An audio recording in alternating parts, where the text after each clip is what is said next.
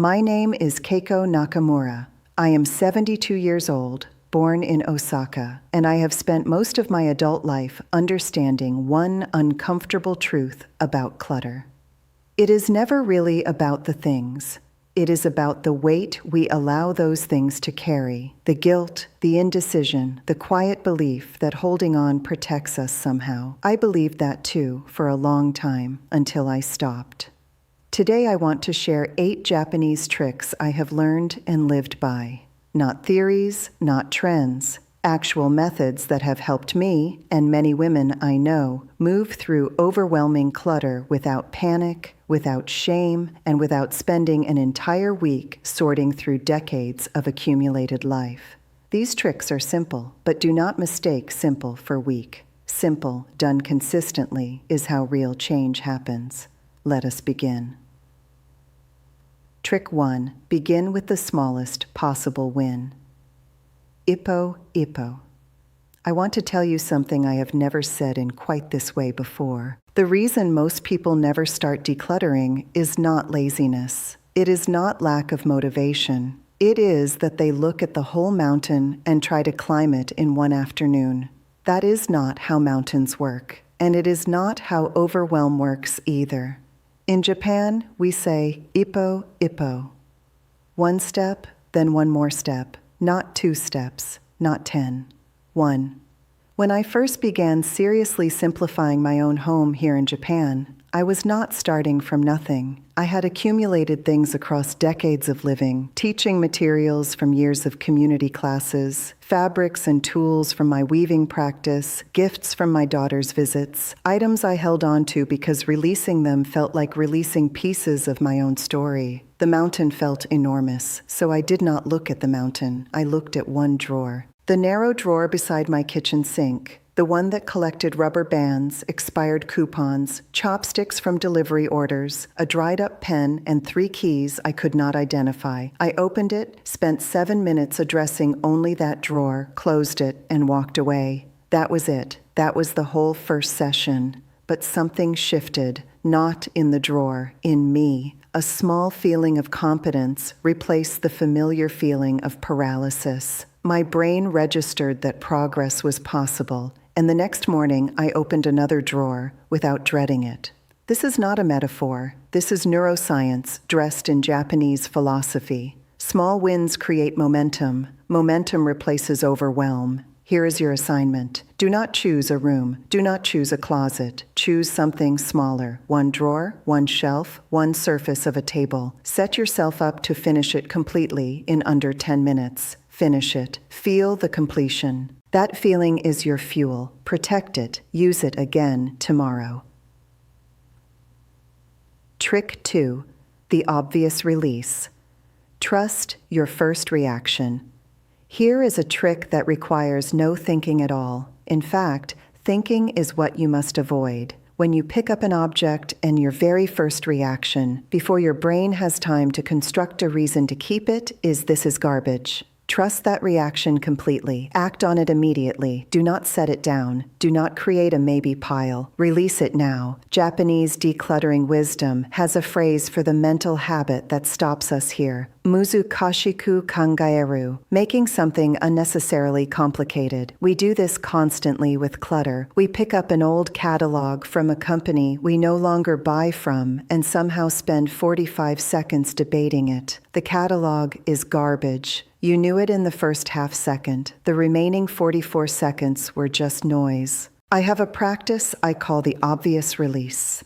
Every time I begin a decluttering session, I move through the space quickly, touching only the things that are obviously finished, things that have no business being kept. I collect them without pausing, without deliberating, without negotiating with myself. Expired items of any kind. Broken things I have not repaired in over a year. Packaging kept for no reason. Pens that do not write. Bags crammed inside other bags. Single items separated from their pairs. Duplicate things when I need only one. None of these require a decision. They require only the courage to act on what you already know. This trick is powerful for overwhelmed people, specifically because it creates immediate visible change with almost zero emotional effort. the space begins to clear, the air begins to shift, and your confidence grows before you've had to make a single difficult choice. Start there. Always start with the obvious releases. Let the easy decisions build your courage for the harder ones coming later. Trick 3. The 10-minute focused sprint. I want to address something directly. Many older adults tell me that decluttering exhausts them, not just physically, emotionally. The decision fatigue is real. The memories that surface are real. The grief that sometimes hides inside objects is real. This is why I am strongly opposed to the approach of spending an entire day or an entire weekend attempting to transform your home all at once. It does not work. It leads to burnout, regret, and a home that looks temporarily disturbed, but is never actually simplified. Instead, I use 10-minute sprints. Set a timer, 10 minutes. Choose one small zone, not a room, a zone. A single cabinet, one section of a countertop, the floor of one closet. Sprint through it with intention. When the timer sounds, stop completely. Here is what makes this trick specifically Japanese in its thinking. In Japan, there is great respect for the concept of ma, the pause, the breath between actions. We do not believe that more effort always equals more progress. We believe that focused effort, followed by genuine rest, produces better results than prolonged, exhausted effort. 10 minutes of clear, focused attention on one zone achieves more than 3 hours of anxious shuffling through an entire room. When I taught this to my neighbor Fumiko, a woman in her late 60s who had been avoiding her storage room for 4 years, she was skeptical. She believed the only way to address 4 years of avoidance was a massive, sustained effort. She tried the 10-minute sprint instead. On her third sprint, she told me, "Keiko, I finished sorting an entire shelf, and I am not even tired yet." That is the point. You finish before exhaustion arrives, you stop while you still feel capable, and you return tomorrow with energy rather than dread. Do one sprint today, one zone, 10 minutes, full focus, then rest completely and feel proud of what you did. Nakruk, Trick 4, the 3-second decision. Stop letting objects hold you hostage.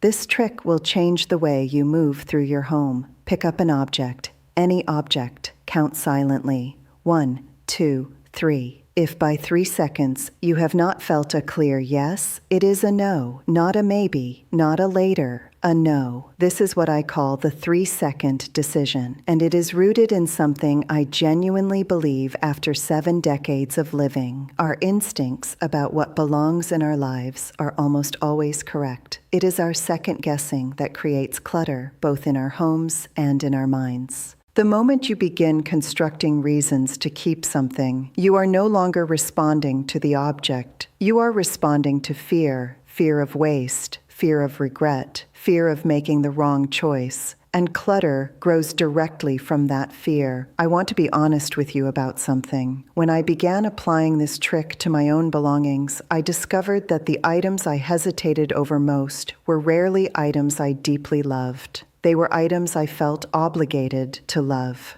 Things given by people I respected. Things purchased at significant cost. Things that represented a version of myself I was no longer living. Obligation is not love, and obligation is not a good reason to keep anything. The 3-second rule cuts through obligation quickly. It returns decision-making power to your instincts rather than your anxiety. Practice this now. Pick up the nearest object that you suspect does not fully belong in your life. Count to 3. What was your gut answer before your brain interrupted? Honor that answer. Trick 5. One-touch sorting. The method that actually removes things here is a problem I see constantly. People spend enormous energy sorting clutter into piles. Keep piles, maybe piles, deal with later piles, and then the piles sit for days, for weeks, sometimes for months, and eventually the maybe pile quietly migrates back into the general clutter and nothing has actually changed. This is not decluttering. This is clutter rearrangement. One-touch sorting eliminates this completely. The principle is exactly what it sounds like. Every item you pick up is handled once and placed into its permanent destination immediately, not a temporary pile. Its destination. Before you begin any sorting session, prepare 3 clearly labeled containers, one for keeping, and this container should be small, intentionally small, because if it is large, you will fill it. One for releasing, items going to donation or to someone specific. One for discarding, true garbage and recycling. Pick up an item, make the decision, place it in its container, move to the next item. Do not revisit, do not renegotiate. Touch it once, decide once, place it once. When I first explained this to my daughter during one of her visits, she pushed back. She said, "Mama, what if I'm not sure?" I told her what I will tell you now. If you are genuinely not sure, the item goes in the release container, because certainty is a requirement for keeping. Uncertainty is sufficient reason to let go. The physical act of placing something directly into a donation bag rather than a maybe pile creates a completely different psychological experience. The decision feels made, final, real, and you move forward rather than circling endlessly. Set up your 3 containers before your next decluttering session. Touch each item only once. Watch how much faster, genuine progress happens. Trick 6. The Japanese way with sentimental objects.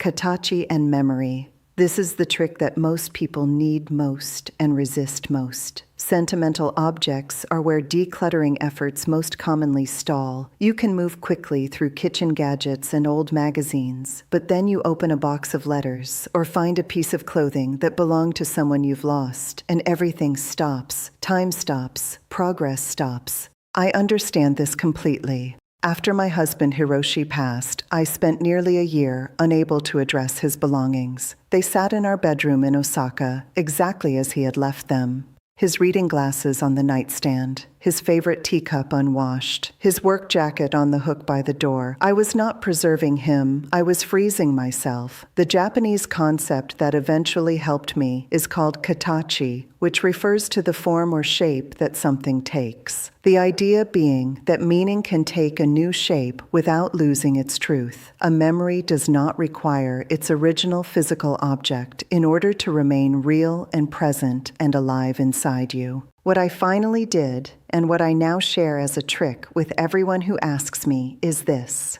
I chose one object, just one, the most meaningful single object from among all of his things, his hand-painted ink scroll, which now hangs in my entrance. Everything else I released slowly over time, with enormous gratitude and genuine grief that I allowed myself to feel fully. I did not photograph everything as a substitute for presence. I simply sat with each item, thanked it for what it had carried, and made a decision about whether its physical form still served my living present or whether the memory it held would travel better in my heart. For practical purposes, if you have a collection of sentimental items and cannot address the most significant ones yet, begin with the edges, the items that are somewhat sentimental but not deeply so. Build your capacity for release gradually. Work toward the harder items as your confidence grows.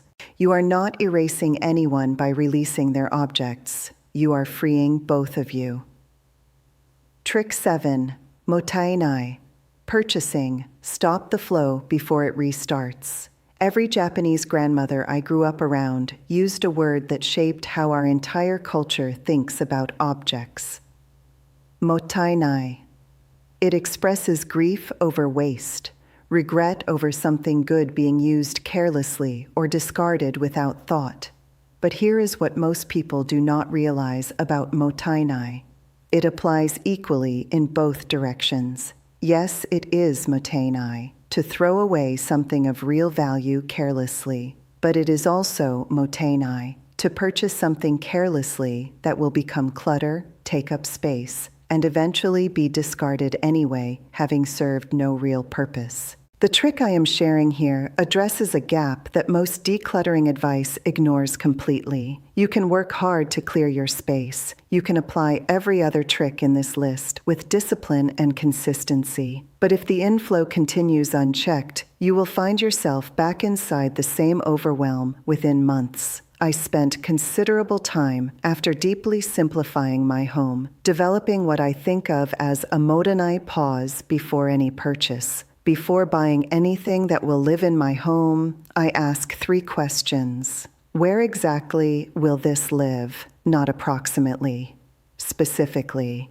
If I cannot name the precise location, that is a signal there is no real space for it and therefore no real need for it. What is already in that space that this will replace? Because if nothing is leaving, something must be displaced, and displaced objects become clutter. Will this still feel necessary in 6 months? Not fashionable, not interesting, necessary. These 3 questions, asked honestly, eliminate the majority of impulse purchases before they ever enter my home. The objects that do come in arrive with intention, with a designated space, and with a genuine purpose. This trick costs nothing and prevents future sessions of overwhelming clutter from ever becoming necessary. Trick 8, the 5-minute evening return. Katazukeru. The final trick is also the simplest, and it is the one that holds all the other work in place permanently. In Japanese, katazukeru means to put things in order, to return things to where they belong. It is a daily act, not a weekly one, not a monthly deep clean, daily, small, consistent. Every evening, before I sit down for my final cup of tea, I spend 5 minutes moving through my home and returning anything that has drifted from its place back to where it belongs. A book left on the kitchen table goes back to its shelf. A jacket placed over a chair goes back to its hook. A cup left on the windowsill goes to the sink. 5 minutes, every evening, without exception. This trick is the reason that decluttering sessions become increasingly rare once you have done the initial work of simplifying. Because clutter in a simplified home almost never has the opportunity to accumulate into something overwhelming, small drifts are corrected nightly before they become piles. Piles never form. Overwhelm never arrives. I want to be honest about why this particular trick matters so profoundly for older adults specifically. As we age, the physical and emotional effort of major decluttering becomes harder. The joints ache more. Decision fatigue arrives faster. The emotional weight of sorting through decades of accumulated life grows heavier. The 5-minute evening return prevents you from ever reaching a point where a major decluttering effort is necessary again. It keeps your simplified home simplified, effortlessly, sustainably, day after day. Set a time for this practice. The same time each evening, connected to something you already do. Perhaps it is after dinner. Perhaps it is before you brush your teeth. Attach the habit to an existing ritual so it requires no separate decision to begin. 5 minutes every evening. Everything returned to where it lives. That is the whole trick, and it is enough. Those are your 8 Japanese tricks, not systems that require expensive storage solutions, not methods that demand enormous blocks of time or emotional energy you may not have right now. Simple, honest, effective approaches that have guided Japanese homes toward peace for generations. Here is what I want you to remember most. Clutter does not mean you have failed at your home. It means you are human, and humans accumulate things over a living, changing life. The work of releasing clutter is not punishment. It is not catching up on something you should have done years ago. It is simply choosing today to live in a space that supports who you actually are right now. You do not need to do everything today. You do not need to do everything this week. You need to do one thing once and let that first small step remind you that movement is possible. One drawer, one sprint, one decision made in 3 seconds. One evening, 5 minutes, things returned to where they belong. From there, everything becomes easier. I have seen it happen. I have lived it myself. Now tell me in the comments, which of these 8 tricks feels most possible for you to try first? I read every single response, and your answer might be exactly the encouragement someone else reading below needs to take their own first step.